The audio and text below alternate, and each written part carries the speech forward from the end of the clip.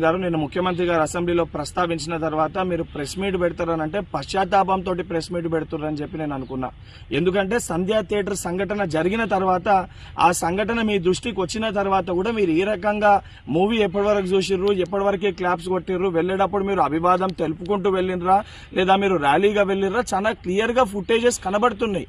మీరు అవన్నిటినీ పక్కన పెట్టి ఏదో లేను జరగలేదు, నా దృష్టికి రాలేదని చెప్పి మీరు మాట్లాడుతున్నారు. సరే, మరుసటి రోజు మీ ఇంటి దగ్గర కూడా మీరు ఆ ఇన్సిడెంట్ జరిగిన తర్వాత కూడా పటాకీలు కాల్చుకున్నారు. సరే, ఆ విషయాలన్నింటినీ కూడా మేము ప్రస్తావిస్తలేము అని మీరు మాట్లాడుతూ ఏమని అంటారు, తెలుగుని సత్తా చాటుతున్నాం అని మాట్లాడుతున్నారు. తెలుగుని సత్తా చాటేది ఉంటే మన వలన తెలుసో తెలియకనో ఏదైతే సంబంధించి సంఘటనలో మనుషుల ప్రాణాలు పోయే విధంగా అసొంటి ఒక చర్యలు జరిగినప్పుడు దాన్ని ఏదైతే సంబంధించి సానుభూతితోటి స్పందించి ప్రెస్ మీట్ నిర్వహించి ఆ కుటుంబానికి అండదండగా నిలిచే ప్రయత్నం చేయాలి తప్ప, నిన్న ముఖ్యమంత్రి గారు ఏదైతే ఈ ప్రజాప్రభుత్వము ప్రజలకు అండదండగా ఉంటుంది, ఎవరు తప్పు చేసినా కూడా ఊరుకోము, శిక్షిస్తామని చెప్పి ముఖ్యమంత్రి గారు వారి స్థాయిలో తెలంగాణ ప్రజానికానికి ఒక ధైర్యం, ఒక భరోసా కల్పిస్తుంటే దాని తర్వాత మీరు ఈ రకంగా ప్రెస్ మీట్ పెట్టడం అనేది ఇది సరికాదు.